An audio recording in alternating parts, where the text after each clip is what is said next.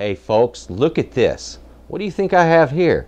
That's not something I went out and bought. That's something I made. All right? Made this about a month ago. Yeah. Let's get a glass here. Everybody, come holiday season, should have a nice glass of cider. Now this, folks, this is a beautiful hard cider. Gorgeous, isn't that? Look at that color. Perfectly clear. Beautiful hard apple cider.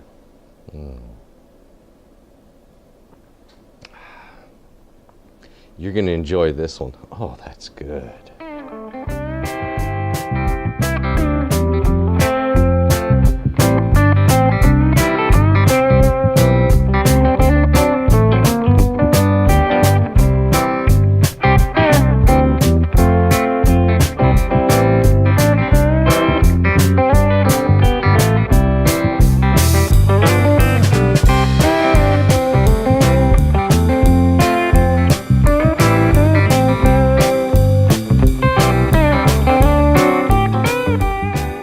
Howdy folks, welcome back to Texas Cooking Today.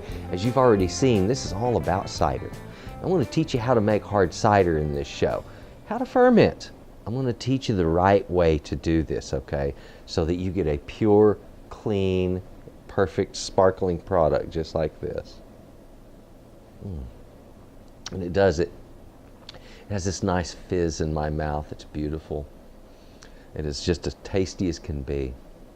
And a perfect little extra for the holidays. When everybody shows up, crack open some of these, and I tell you what, your family and your guests will be surprised at how wonderful it is. For those of you that are watching the cook-along tutorial, well guys, thank you for watching. And something that I need to mention, this, as you've already seen from the time on this, that it must be a very comprehensive show, and it is. There's a lot of information in this show about fermenting and how to brew. So this is the kind of show you want to watch before you go on to other things. And that's the reason I put this at the first of this brewing series, so that it would kind of get you prepared. What I'm going to teach in this show is going to prepare you for brewing beer or wine or sake or anything. Okay, so though it is just a very simple recipe, this show teaches a lot of lessons, okay? So guys, we're about to get right to it. So I'll tell you what, let's head into that kitchen. Let's get busy cooking up some hard cider. Oh, come on guys, I can't wait. All right guys, here we are. I have my apple cider here. Well, it's not cider yet. Right now it's just apple juice. Now something I need to mention about your apple juice, and this is where it begins right here. On this product you have to make sure that there is no preservatives in it. No sodium benzoate, no potassium metabisulfite, nothing like that. You just want plain basic ingredients, okay? No extra sugar, no high fructose corn syrup, no corn sugar, nothing. Just at most, water, apple juice, and sometimes I put in citric acid. On this one, and this is an organic apple juice. Ingredients: filtered water, organic apple juice concentrate, and ascorbic acid, vitamin C. Now the ascorbic acid is used to give it a little bit better flavor, but also it acts as a preservative against bacteria. All right? They pasteurize this stuff before they put it in the bottle, so there's really no problem with it. Guys, we have this wonderful apple juice here. I have a basic brewer's yeast here. Now this is a yeast that's commonly used for making ale, okay? And it's a powdered yeast, very similar to the packets you use for making bread.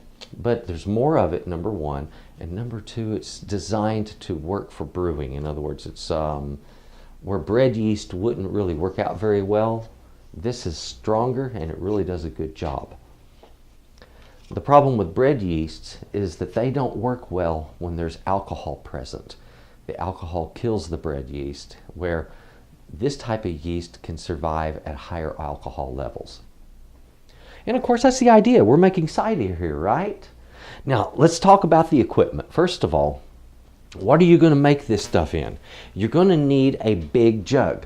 Couple of ways to go. Number one, the safe way.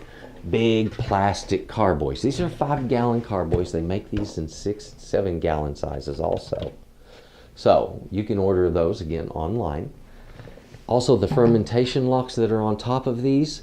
Well, guys, this is a very important piece. Okay, let me pull one out of this other jug. Well, we can use this one. The idea of a fermentation lock is we don't want air getting back down into our fermenter. So we put something like this on top of it. I fill this with water. There's a tube on the inside that connects down to the inside of the carboy. All right, so when this is water, not over the tube, but close to the top, I can then place this on the inside, which is a little cap that has some tiny holes at the bottom, as you can see there. When I place that over it, the carbon dioxide coming up through this has to push that cap up and then come down through the water, bubbling, and then escape. And there are some holes in this top cap that allow it to escape. Well, because of that, and because there's constant pressure going on inside of that carboy being produced by the yeast, that carbon dioxide coming out will also help prevent any oxygen going in. The oxygen can't get past that water trap. So this works like a piece of plumbing to keep air from getting down in here and corrupting what we have going on in this.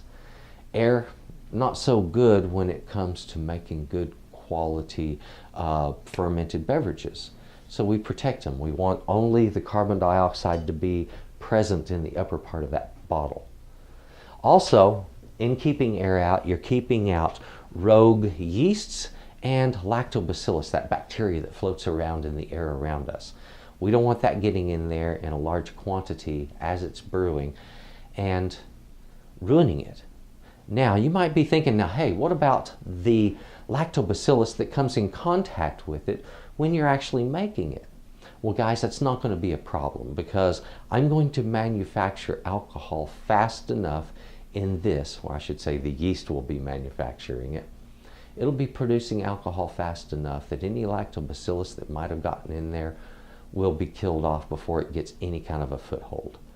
And that's just the way it works, okay? Other than that, we want to make sure we have really sanitary equipment. One other thing I want to mention when it comes to these big bottles. This one is a glass carboy. Guys, these are dangerous. Very dangerous. Now I have a whole bunch of these, and hopefully someday I'm going to get every single one of them replaced with the plastic ones. The reason, right now I'm wearing steel-toed shoes, okay, because if one of these drops, it can shear your foot off, okay? So you want something with protection if you're using the glass bottles, and be very careful about using these. There is special equipment that's designed to, like straps and holders, to lift and move and handle these safely. Consider that equipment if you're using the glass carboys. All right. Now, before I move on with making this stuff, let me show you one or two other little items here. There's also this. This is a carboy cap. Okay, this just snaps onto the top of it. And to this, I can put some flexible vinyl tubing, and I can run this vinyl tube straight down into a bucket or container of water. As long as the tip of this hose, the other end of it, is underwater, then no air can come back up into the carboy, but it will still allow carbon dioxide to get pushed out. So there's another way of sealing that carboy, okay? And then there's yet a third way. And this is a little more amateurish, but if nothing else is available, this will work. They make large, heavy-duty balloons that are made for rough play, you know, like going to the beach and that kind of stuff. And they also have a larger, much more elastic neck on them. You can take one of those balloons and stretch it over the top of your carboy, use a pin to poke a hole in the tip of it, and because it's elastic, it'll remain sealed shut. But that tiny hole as the balloon starts to inflate, will allow the carbon dioxide to escape. So, like I said, amateurish, however, it seems to work. So your balloon method, the tube blow-off method, or the fermentation lock method, and there's a couple of different kinds of those fermenting locks. You can use water in those, or you can use vodka. Another item, when it comes to brewing and you're going to be collecting all of your little goodies, you're going to need a capper. This is a basic hand capper.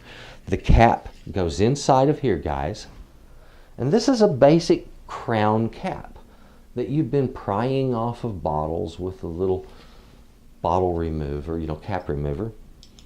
So anyway, it sits there on that magnet. You place it down on the bottle, and when you bring this down, it presses that cap straight down onto the bottle.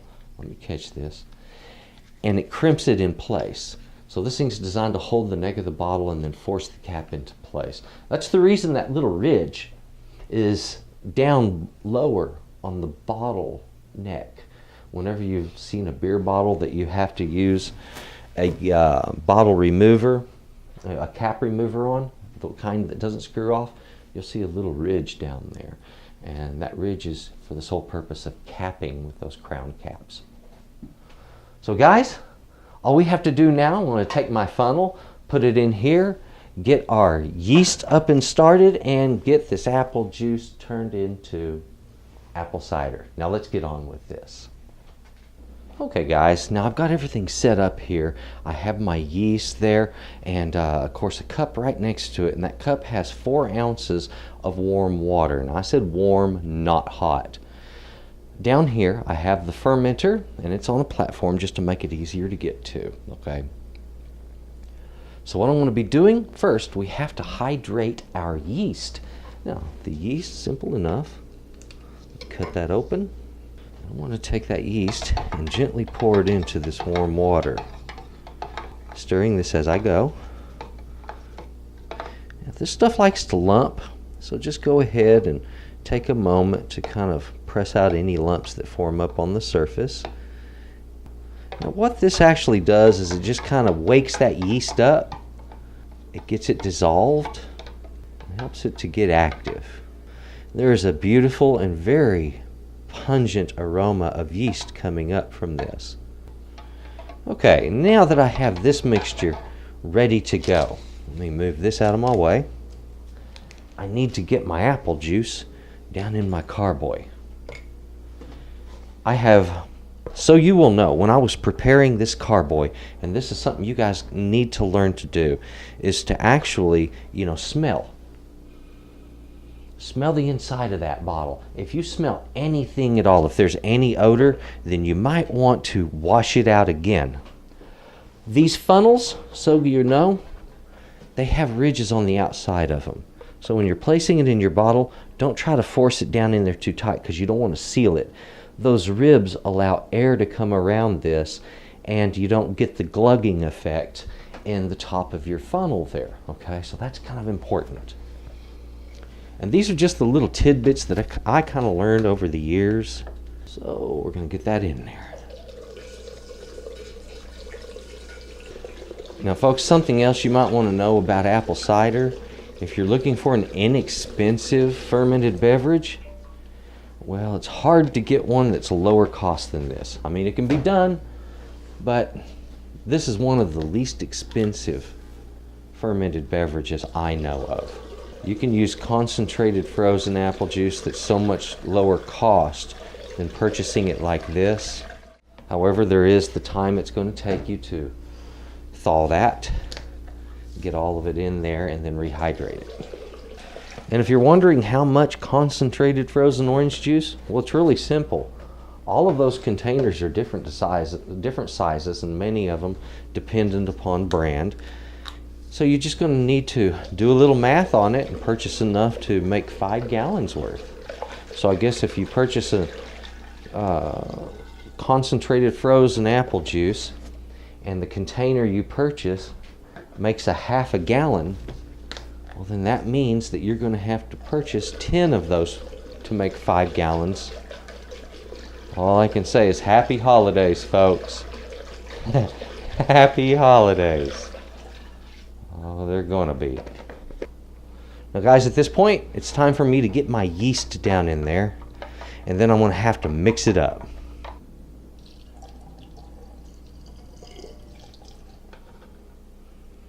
Oh, look at that.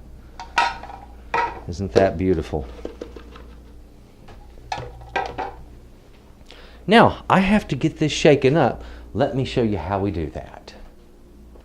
Now guys, to get that yeast all mixed down in there, and you'll notice it's kind of floating on top, so what I need to do is I'm going to have to pick this up, and these guys are heavy, so be prepared.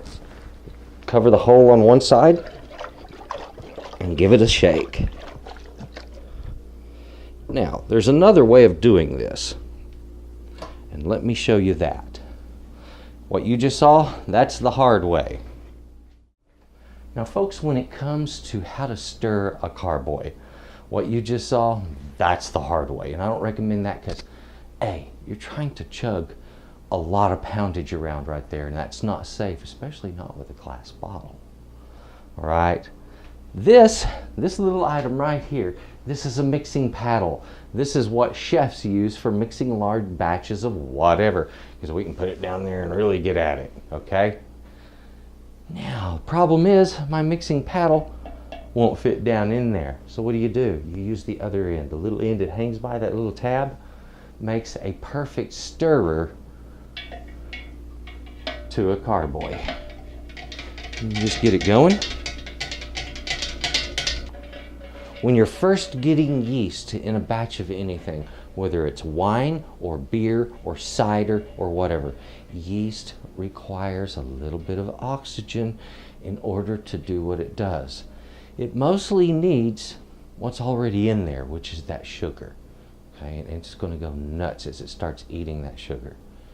This thing is going to begin fermenting, and it's going to ferment hard. And I might remove a little bit of liquid from this because it's a little bit over full. I don't generally like them that full, so it's likely I'm going to take a little bit out of this. I'm also going to teach you an easy way to do that. There's an item that makes that much, much easier. It's called a wine thief.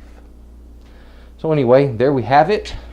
That has been stirred up. I'm going to give it one more time just to oxygenate it a little bit more and help that yeast get a good start. I need to get this ready, cleaned up, and in the top of this, and frankly, we're ready to go. Okay guys, now, as I mentioned, I want to take this liquid down to my 5-gallon mark. And that's because if I get any foaming, I don't want that foam to get pushed up into my fermentation log. Generally on cider, that doesn't happen very much, especially if you use a good, clean, pure cider like we're using here, a good, clean apple juice. But still, it can happen. A wine thief, this is a beautiful little device that you can insert into a bottle, and it fills from the bottom because it has a valve down there that floats up. And when you lift this out, that valve closes and it holds whatever you have in there. Wine thieves are usually used for testing batches of product to be fermented. In this case, I'm using it strictly to pull some of that product out. Okay, isn't that nice? The minute I touch that valve on the bottom, it opens that wine thief up and it drains. There's something I can do with a wine thief. If I wanted to know exactly how much alcohol that I'm going to have in this batch, then I need to know what the specific gravity of the liquid in here is, both before and after fermentation. And here's the idea, guys.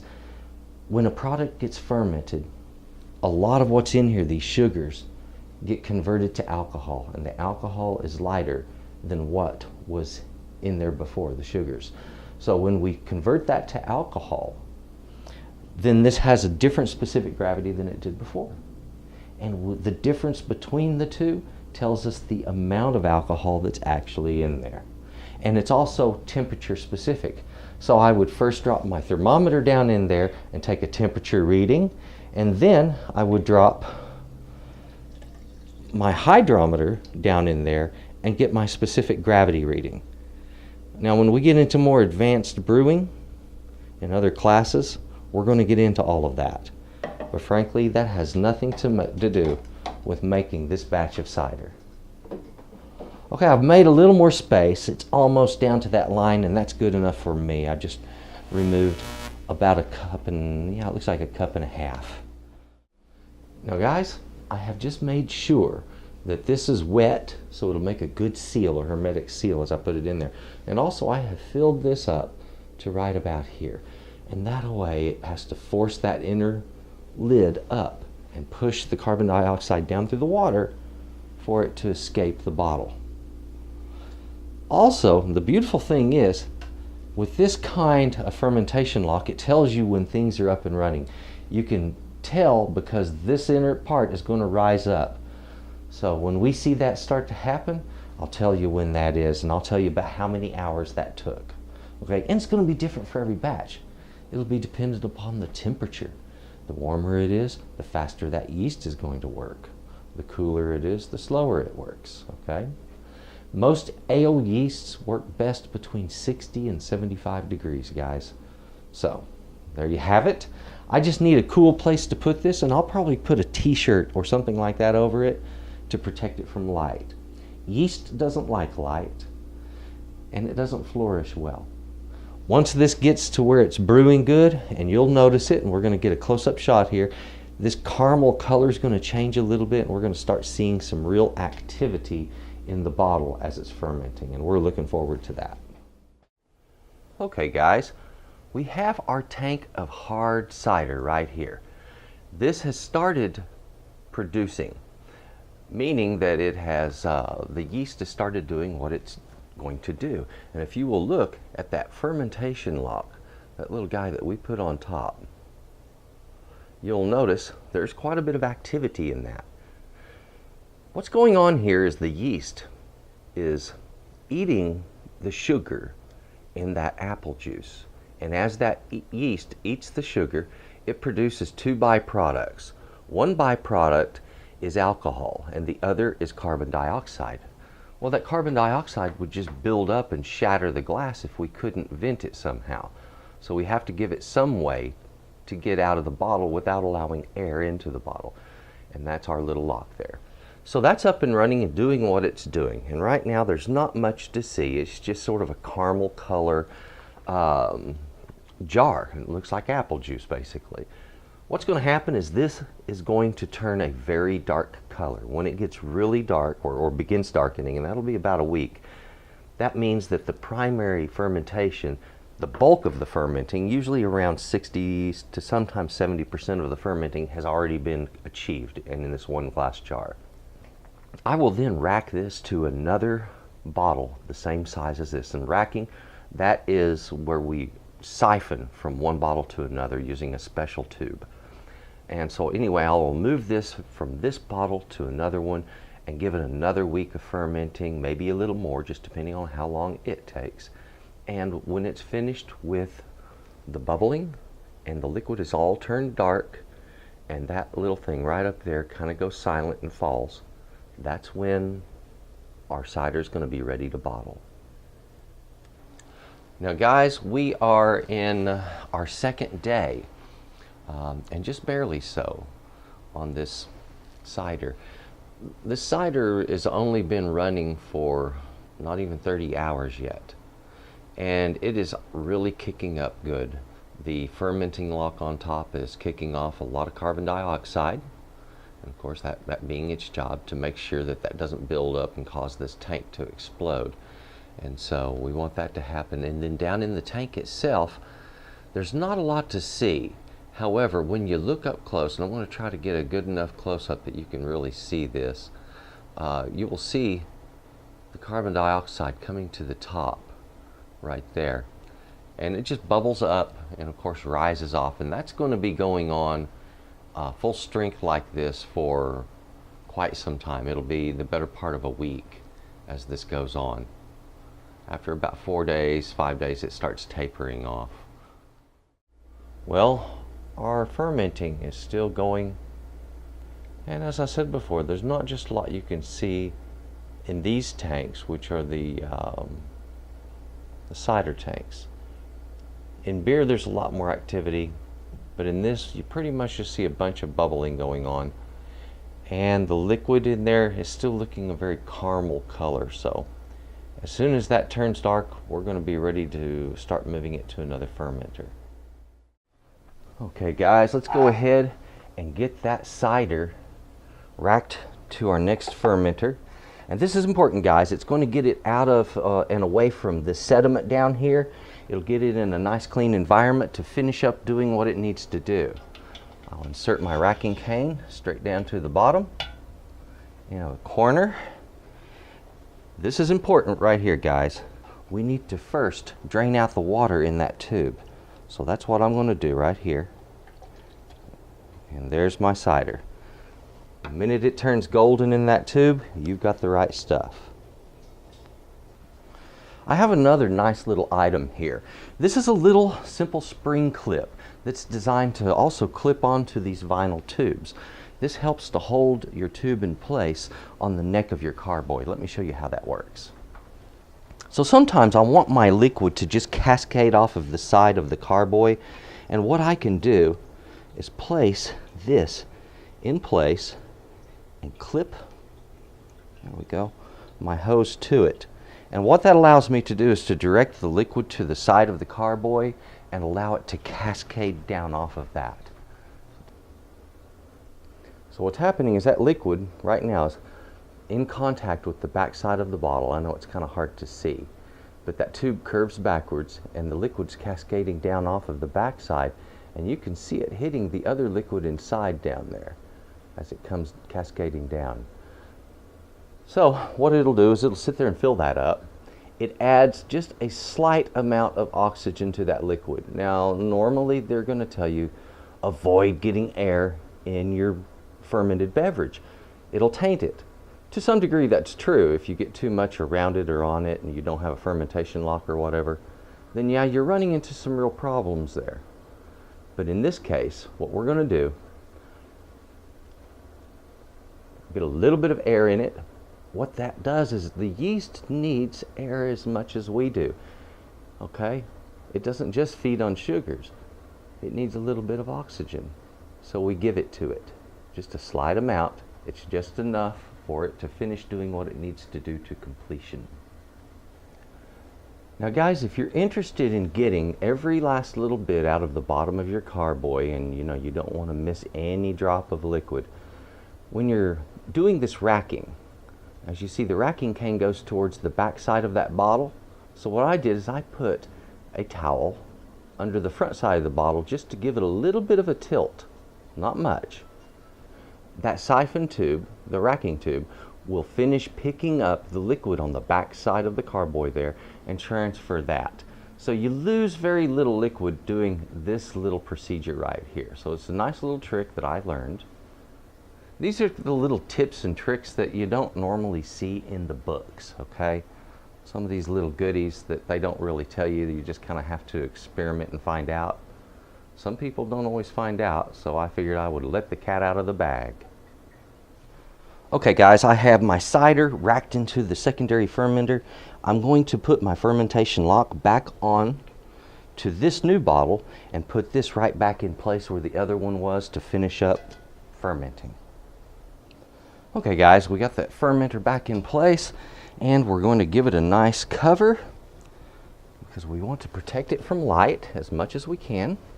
You can place these in a dark location also. Closets work really good. And of course I have mine out here so it's easier for everyone to see. Okay guys, it has been a couple of weeks and a few days since we've started this. Now, this being a beginning tutorial on how to do your fermenting, I've shown you how to take your product and mix it with the yeast and get that fermentation going. We used good sanitized equipment. We moved it from the primary fermenter to a secondary fermenter where it finished everything up. It's gotten rather clear. It's good looking now. It doesn't have that haze anymore. So it's time to get it into what we call a dispensing bucket. Now, a dispensing bucket has a valve on it that allows me to dispense it into the bottles one at a time. There's multiple ways of doing this, but a basic dispensing bucket by itself will work. And I'm going to show you how that happens. First thing I did is I took my carboy here and I tipped it back just a little bit and slid this towel underneath it. So I have this lifted up about 1 inch on the front. I do this on purpose, guys, and when you do this, be careful. Don't slosh the liquid at all. Be very gentle and slow and light about it, and get that towel under it easy. If you don't move anything around, you won't move any of the particulate matter on the bottom of the tank around, and we want to avoid that so we have good, clear cider. The next thing I need to do now, I just have to get my fermentation lock out of the way, so I want to very gently work that out. There we go, it's come loose. Now, I don't remove it completely. I just loosen it so I don't have to work at it to remove it here in a minute when it comes time to start my siphon. When I start my siphon, I rack it into this. Now, that racking tube that I use, remember, you have to fill it up first. When you fill it up first, it's real easy to use. It just becomes a part of what gravity naturally does. Have a pitcher or some sort of dispenser to catch the water that's in the racking tube and cane. I use a small clip to keep it in place, and you'll see why here in just a minute, and a little glass that I can put my fermentation lock in. Also, guys, if you in the future decide you want to start collecting the yeast in your fermenters, well, you always do it from the secondary fermenter, okay? So it requires doing a dual fermenting process. From your secondary fermenter, we can take a little bit of what's in here in our liquid and the yeast on bottom, pour it right into a regular bottle, and put another fermentation lock, just smaller stopper, right into the top of that. I can put this in the fridge, and this will set in there for weeks until I am ready to use it the next time for another batch of whatever I decide to throw it into. Okay, that's all there is to that. Make space here. Let me grab my racking cane. Now, guys, again, our racking cane. This is a simple piece of tube. This is stainless steel food grade service tubing. On the end of it, there is this little cap right here. The whole idea of the cap, let me get this in the shot. If you'll see, it's open right here. The flow of liquid flows down into the cap and then up this tube. If I put this right down into the bottom of the fermenter, what would happen is this would pull that sediment off of the bottom, and then I have it in my dispensing buckets, and at the same time I'm going to end up having it in my final product, and I don't want that. So I've gone through the trouble of getting all of that sediment under control. Let me get this on here. So I want to not pick it up, and that cap on a racking cane prevents that. So remember, sometimes what we use in doing brewing, certain items are real important. A racking cane, just spend the money for it, guys. It's not that expensive. And get the tubing that goes with it. You're going to need about 3 to 4 feet of that food grade vinyl tubing. If you want, you can get a fluid lock. I bought one and put it on mine, and then never used it. To start a siphon with one of these, first I'm going to go and fill it. I'm going to fill it with fresh water from the tap. This has already been sanitized, so it's nice and clean and it's ready to go. After I fill this with water from the tap, I will hold the two ends together. I will put my thumb over one, and that keeps any fluid loss from happening as you're moving around with your racking cane that's full. Then we put it in the tank and it'll start the siphon immediately. Alright guys, siphon tube is filled, and I can tell you there is the same amount of liquid in this side as there is in this side. It comes up to about here, and that is more than enough to start a siphon. We just have to have enough liquid in there to cause a gravity pull. The suction just draws it right on out, guys. Not a problem. Now, here we go. Let's remove our fermentation lock, set it aside.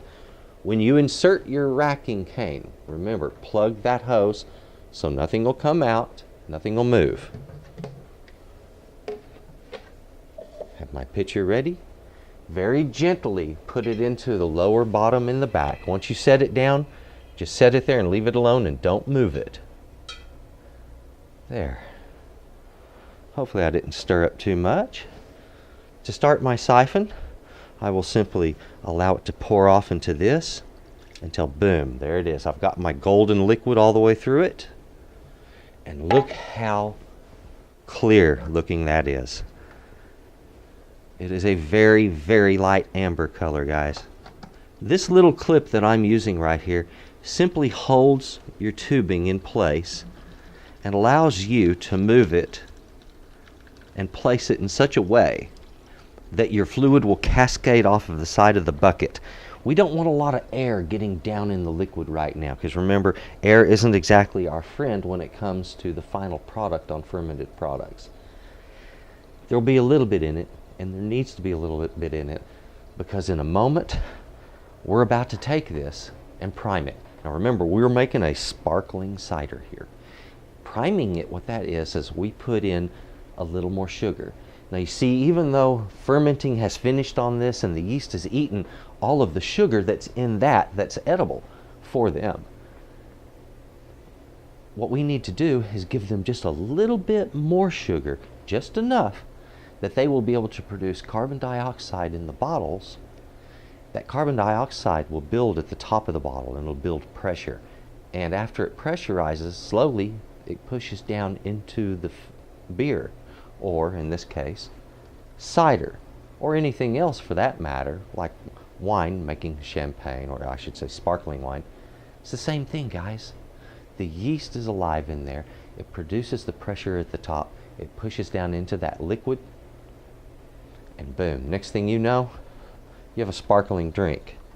Now here, look at this. We have this beautiful, beautiful amber liquid flowing through this. Now here you can see it cascading right off the side of my bucket and filling it up. That's exactly the way you want your fluid to flow. Now if you'll notice underneath all of this, I have a towel. Make sure you keep a towel down anytime you're doing this, because occasionally, guys, spills happen. And having the towel ready for it just means that you are one step ahead. Again, this is part of those little lessons that I learned over time on how to do this. Some of these little tips and tricks that you get to pick up without having to learn them the hard way. Alright guys, I decided to give you a nice close-up view of the bottom of this so you can see what it looks like as it finishes up. I always make it a point not to touch it. I just simply allow it to finish itself off. There'll be a small amount of liquid left in the bottom of the tank. That is just part of what you lose, okay? Unless, of course, you're going to save your yeast, and part of that goes in with the yeast, and it becomes the nutrient for the yeast in the bottle. But when you do a lot of brewing, if you want to cut your cost, reduce what you're paying out, you learn to save your yeast and reuse it, and you can repitch it over and over and over again. I would purchase a yeast and get 5 or 6 different batches out of it before I would decide to just dispose of it and start fresh. It was a great way of doing your beer, and I learned some lessons when it came to brewing that way, and also collecting yeast. It pushed me ahead as a chef a great deal. Now, as you can see here in the back, we're getting close to the bottom, and pretty soon the base of that siphon will take in its last, and you get to see how that thing works. It's really neat.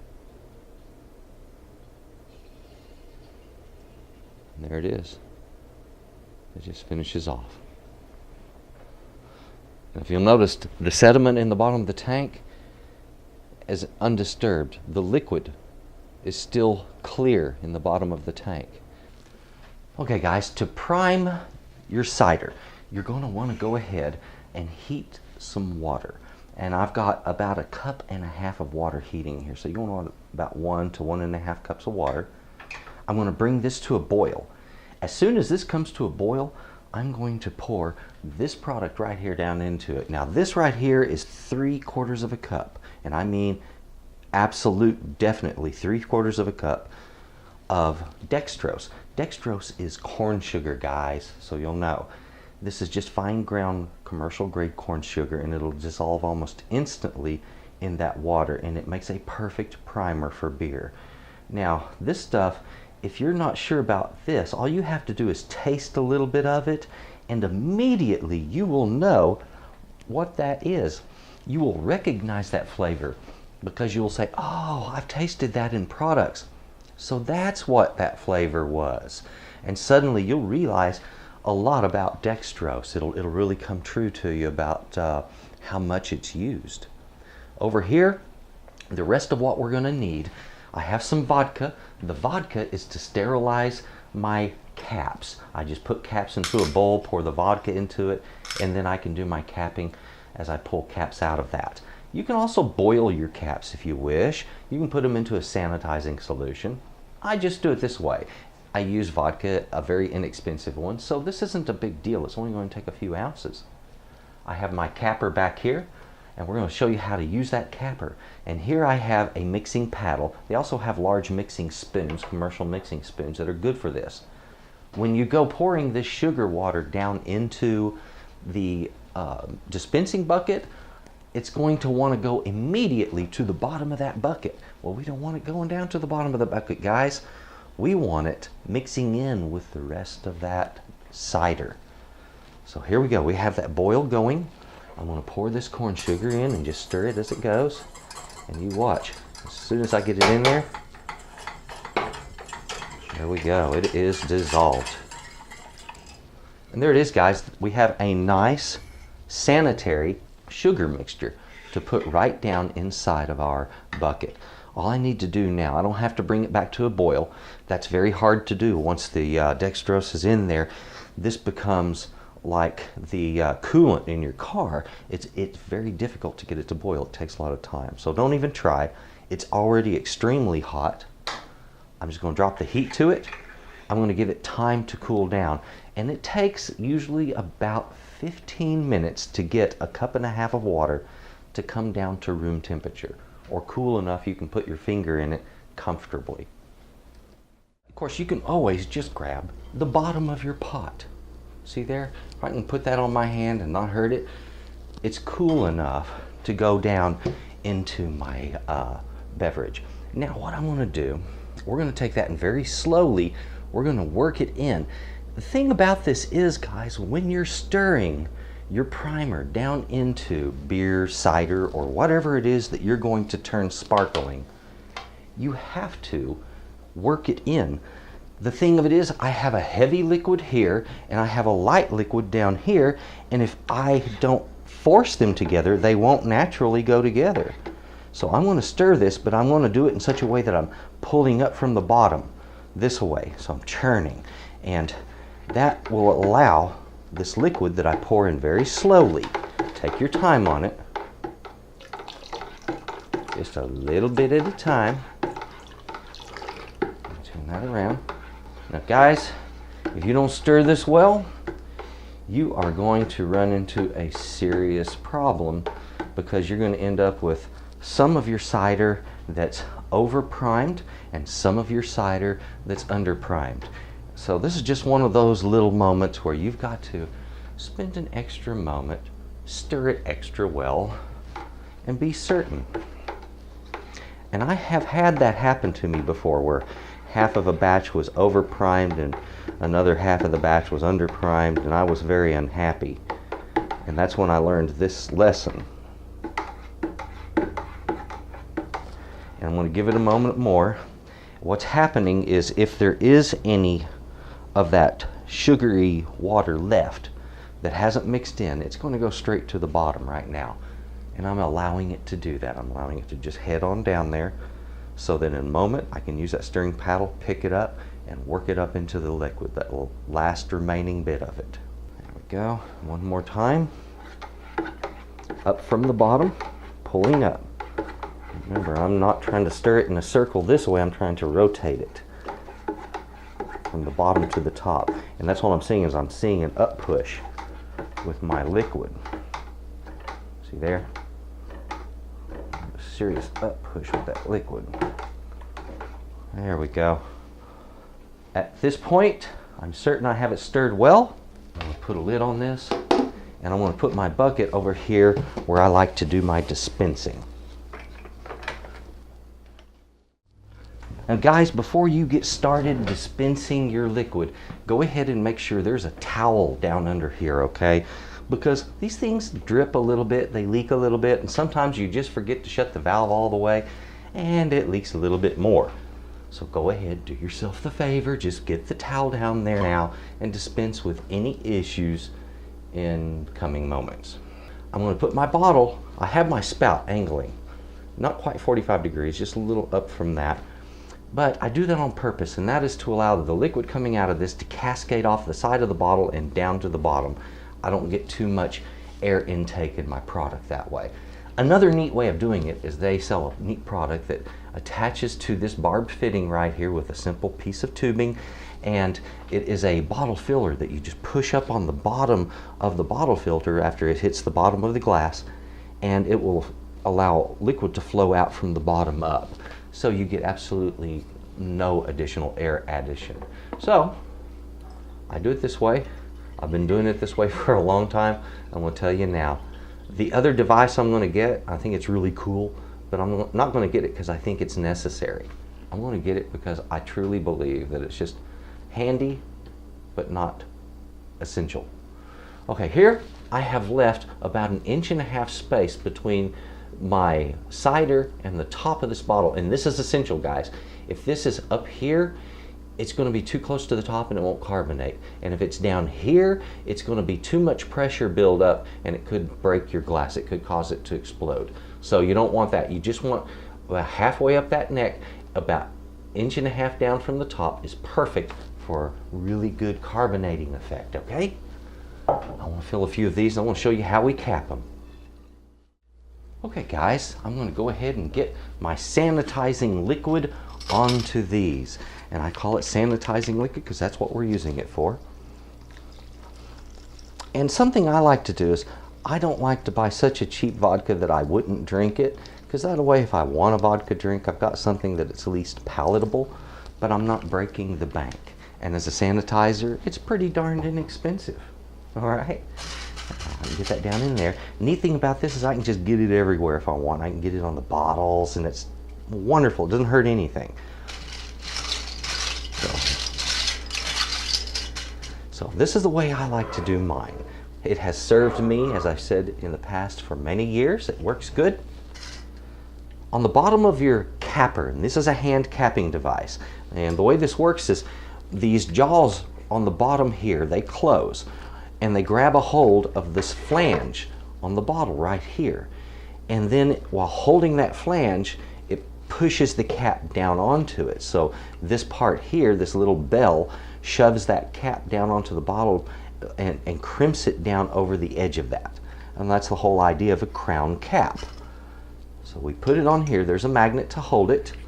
Then I simply center it onto my bottle and pull down on my handles, just like that. Boom. It doesn't take a lot of pressure, guys. I usually just kind of twist the handles down and it pops it right on there. Very clean, quick, easy, and trouble-free.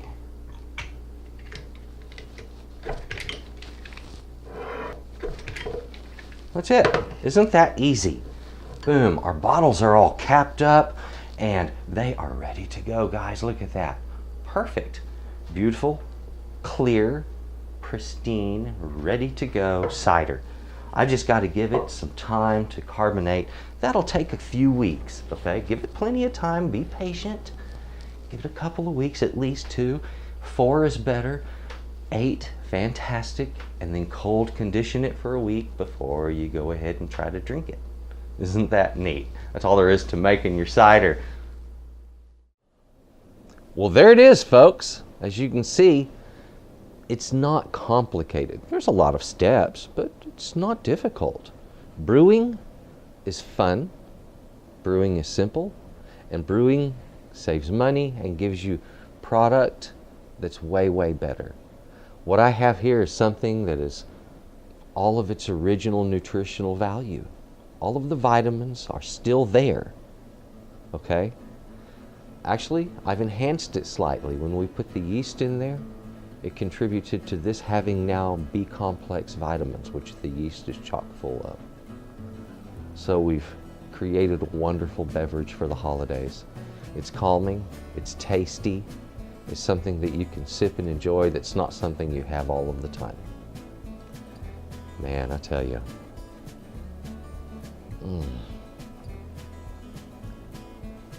It's like apple juice that's a little tangier. Frankly, that's what it really tastes like. Tangier apple juice. The only difference is this one has a kick. So I'll tell you what, folks, thank you very, very much for watching Texas Cooking Today. To my subscribers, I would like to say, guys, thank you so very much. And folks, if you haven't subscribed, well, please do. I will update you on when we're putting out new stuff. I've got some great things coming in the next months. Some wonderful dishes, and they're going to blow you away. If you would like, please click that like button. That helps me out. That helps me out a lot, in fact. People find me faster and easier in the search engine the more people that click like and the more people that watch the whole show. So folks, thank you again for watching. And if you would, please do one last thing for me. Just have a good day. Bye-bye.